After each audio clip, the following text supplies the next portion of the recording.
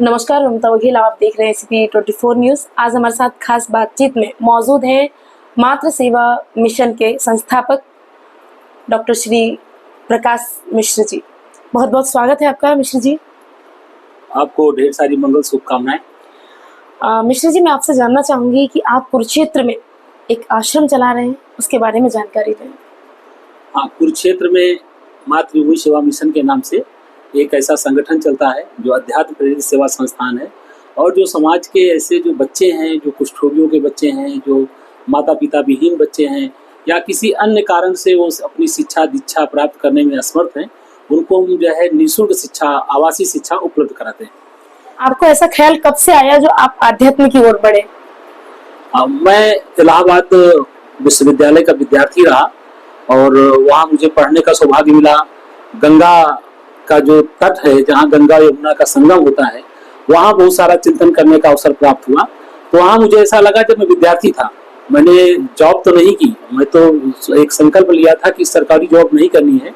उसके लिए बहुत सारे हमने प्रयास किए, कंपटीशन दिए, वो तो अलग रहा, लेकिन ये रहा कि मैं एक ऐसे समाज के लिए काम करूं, ऐसे जरूरतमंद समाज के लिए काम करूं कि जो वास्तव में जरूरतमंद है।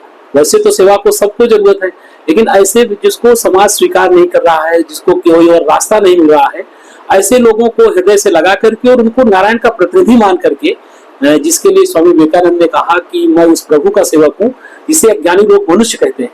तो इस भावना को लेकर के मातृभूमि सेवा मिशन की शुरुआत सन 2002 में धर्म क्षेत्र कुरुक्षेत्र से की गई। जैसा कि आपने कहा, ऐसे बच्चे जिन्हें कि समाज स्वीकार नहीं कर रहा, ऐसे बच्चे, थोड़ा सा जानकारी चाहूंगी, किस तरह के बच्चे आपके आश्रम में होते हैं?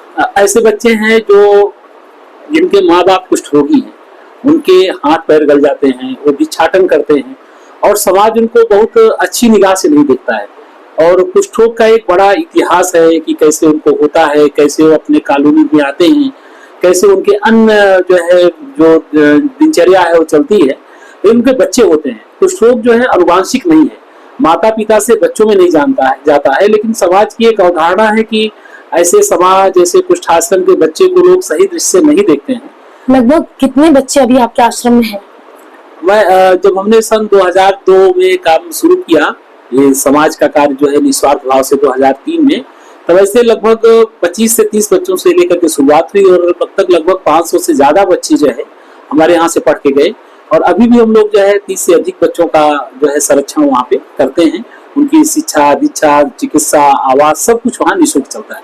आप इतने बच्चों का निस्वार्थ भाव से सेवा करते हैं, उनकी परवरिश करते हैं। जब कहते हैं कि माँ बाप के त्यागने के बाद आप ही उनके संरक्षक हैं, आप ही माता पिता हैं, आपको कभी इनको संभालने में कोई दिक्कतें आती हैं? संभालने में दिक्कतें नहीं आती है, क्योंकि ये कार्य हम लोग जो है इसको कोई ऐसे मैंने दिक्कत इसलिए कहा महाराज जी, क्योंकि दो बच्चों को संभालने में आज की लग्जरी लाइफ में लोगों को परेशानी होती है। आप इतने सारे ऐसे बच्चों को संभाल रहे हैं जिन्हें कि समाज एक्सेप्ट नहीं करता है, तो क्या आपको कोई परेशानी नहीं आती?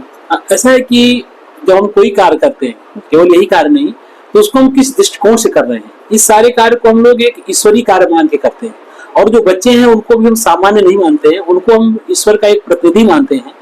तो उसमें हमें कोई कठिनाई नहीं महसूस होती है, और जो ऐसी कठिनाई कहीं आती भी है तो उसके लिए कहीं ना कहीं वो जो ईश्वर है, जिसपे हमें पूरी जो है पूरा जो एक विश्वास है और जिसको हम लोग मानते हैं कि उसी की प्रेरणा से ही हम कार्य कर रहे हैं, तो हमें उस समस्याओं को और सरल बना करके, सहज बना करके हमें ऐसी सामर्थ्य प्रदान करता है जो कार्य करने में हमें आनंद प्राप्त होता है। महाराज जी, आपको कहीं लगा कि आपके पास आने के बाद समाज में उनको एक्सेप्ट करने की कुछ भावना बदल जाती है? नहीं, जब वो बच्चे हमारे यहाँ पढ़ने आते हैं तो अभी जो मैंने उनका परिचय बताया, ये परिचय उनका आंतरिक परिचय है। हमारे उस आश्रम में जो उनका बाह्य परिचय है वो बहुत डिफरेंट परिचय है, क्योंकि वहाँ किसी को नहीं पता कि बच्चे कैसे हैं, क्या है। उनको शुरू से ही ऐसा लगता है, बाद में नहीं, शुरू से ही ऐसा लगता है कि वो किसी प्रकार से अभावग्रस्त नहीं है, किसी प्रकार का उनको कोई दिक्कत नहीं है। और उनको हम एक पारिवारिक से भी बढ़कर के माहौल देते हैं, क्योंकि हमारा जो संवाद है वो हृदय से हृदय का संवाद है, कि उनको कभी ये महसूस ना हो कि वो किसी प्रकार से अभावग्रस्त हैं या किसी प्रकार से उनको कोई दिक्कत है। तो इस प्रकार से उनको कहीं अव्यवस्था नहीं दिखाई देती, उनके मन में कोई ऐसी भावना नहीं रहती और सरलता सहजता से उनका सब चलता है। महाराज जी, बहुत बहुत धन्यवाद जो आपने इतना डिटेल में इसकी जानकारी दी। इस चैनल के माध्यम से आप क्या कहना चाहेंगे? ये आपका जो चैनल है ये वास्तव में जो समाज के ऐसे ज़रूरतमंद लोग हैं, समाज के ऐसे जो लोग जिनकी आवाज़ को बुलंद किया जा सकता है और किया जाना चाहिए, उसके लिए आप काम कर रहे हैं। तो मैं इस चैनल के जुड़े हुए सभी लोगों को अपनी मंगल शुभकामनाएं प्रेषित करता हूं।